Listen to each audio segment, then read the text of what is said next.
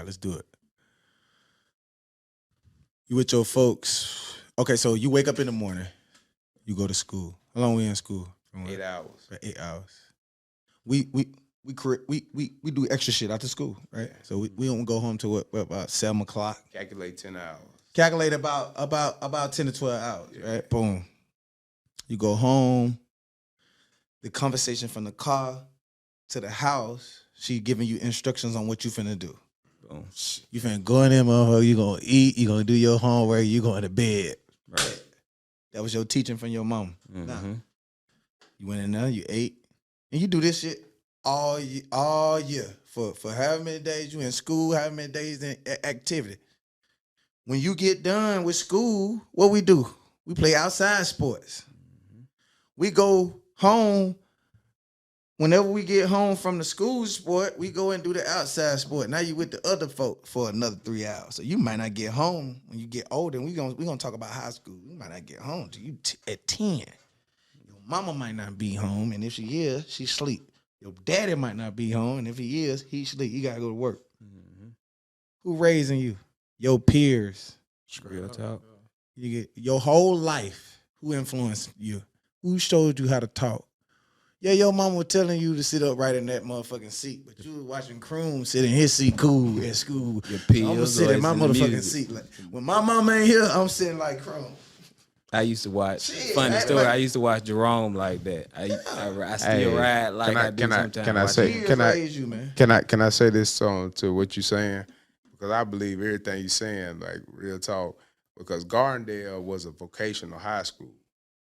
Like, if you don't know what a vocational high school is, it means like it's a magnet school, basically, in order to find you a job more than a scholarship. You know what I'm saying? A trade. A trade and sort. Extra. So what I'm saying is this. Going to Gardendale, them 4 years, bro, I watch more white people, and this not me being racist or nothing, but I watch more, African-American males take part in sports than going into a trade an school. Elective, as they call it. You feel what I'm saying? See, where that started, though. Yeah, facts. Mm-hmm. But see, this is what I'm saying, too, though.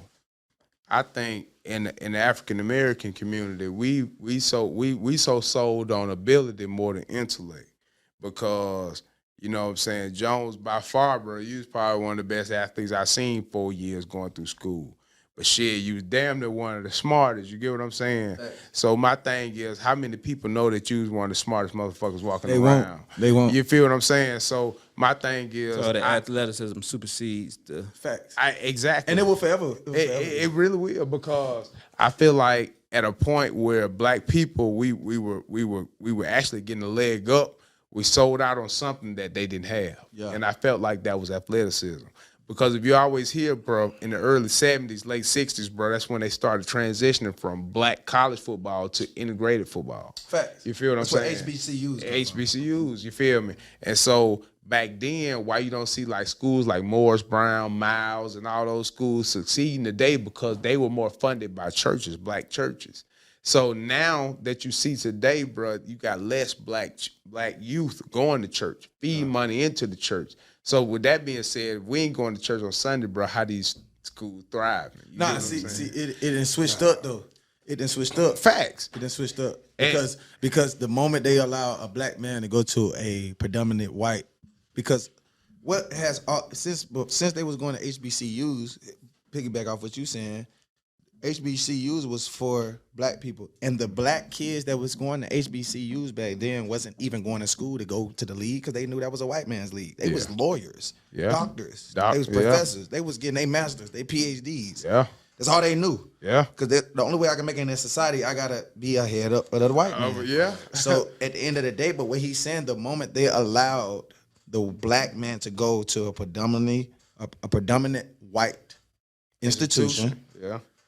It changed the game, just like NIL, just like transfer portal. It changed the whole mechanism. It changed college football. Yeah, because it ain't the spec that, yes, it's a first African American being able to go to a school, but it was the first time a white man got a chance to colonize the NCAA with using us. That was the first time they got a chance to mobilize and do what they needed to do to be able to be successful, to build these institutions. These institutions would not be successful football wise, sport oriented.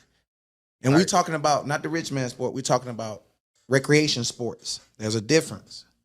Golf, tennis, they gonna always have that. Even if the ratings low, they gonna have that. Yeah. Because that's a rich man sport. Yeah. They control that narrative. A lot of money. Too much of it.